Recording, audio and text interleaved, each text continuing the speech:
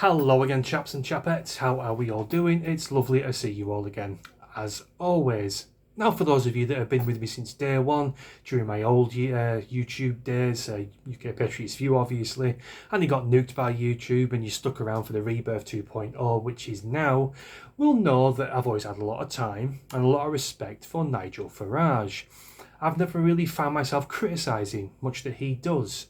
Well, maybe once or twice down the years, like banging pots and pans for the NHS during our lockdowns, if you can all remember that tomfoolery. But genuinely, yeah, I don't find myself criticising much that he does. I've always loved his rousing speeches in the European Parliament, for example, making people like Verhofstadt look like bigger bellends than they already are. I've always liked his push for Brexit, that sort of a thing. But during the last 4 or 5 days, I've found that started to unravel ever so slightly. And the reason being is the absolute silence at the minute across most of Nigel Farage's social media platforms. Just pure tumbleweeds.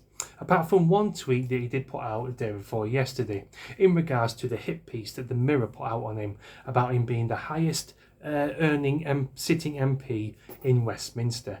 Yes, Mirror, because he has plenty of jobs and the employers of these jobs are willing to throw thousands of pounds at him. He would have to be mentally unstable to say no to such high paid work.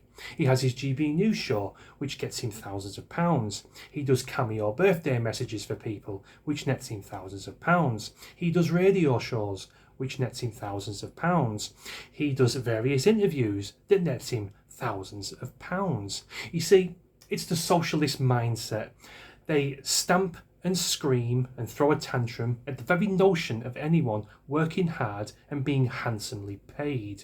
To quote Margaret Thatcher, the problem with socialism is you eventually run out of someone else's money. 40, 50 years down the line, that still holds true to this very day. Now, he has done the occasional interview over on American TV, Fox News, stuff like that, but like I say, majority of it is just complete silence. Now, during the election, Nigel liked to think of himself as the opposition to Keir Starmer. He knew he couldn't beat Labour this time around with a couple of paper candidates that he did have, but he wanted to be the opposition. He wanted to take Rishi Sunak's place. And during the last month or two, he had the prime opportunity to make that a reality. Take Southport, for example. He should have been down there within 6 to 8 hours after the awful thing that happened to them poor little girls and pull that community up off the floor who were stricken with grief and anger and talk them up, instill confidence in them and possibly even avoid a riot or two in certain areas, instead of turning up like Keir Starmer did, a day or two later with a wreath and then running away as if some schoolboys have kicked over his grass-cutting bird's nest and snapped all his daisy chains like a schoolgirl's sissy, running away from his hecklers. He could have condemned Keir Starmer's totalitarian stance on people's social media posts, for example. Instead, there's been absolute silence. The only two people at Reform UK who have been outstanding throughout all of this has been Lee Anderson and, surprise, surprise, Richard Tice. Now, I've made it no secret, I'm not a big fan of Richard Tice. I don't blame him. I don't fully trust him even, excuse me. But over the last 4 or 5 days, week, he has been exemplary. He has told it as it is, and to hell with the consequences. He's been called a fascist, Himmler, all the rest of it, racist, all that shit. But he's just kept going, telling it as it is.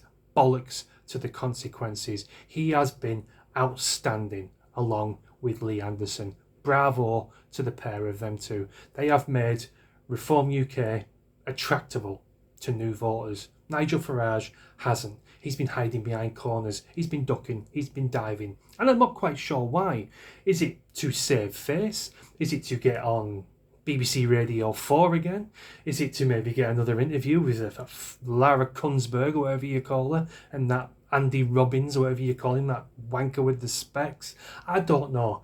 Is he genuinely scared of getting arrested for saying the wrong thing?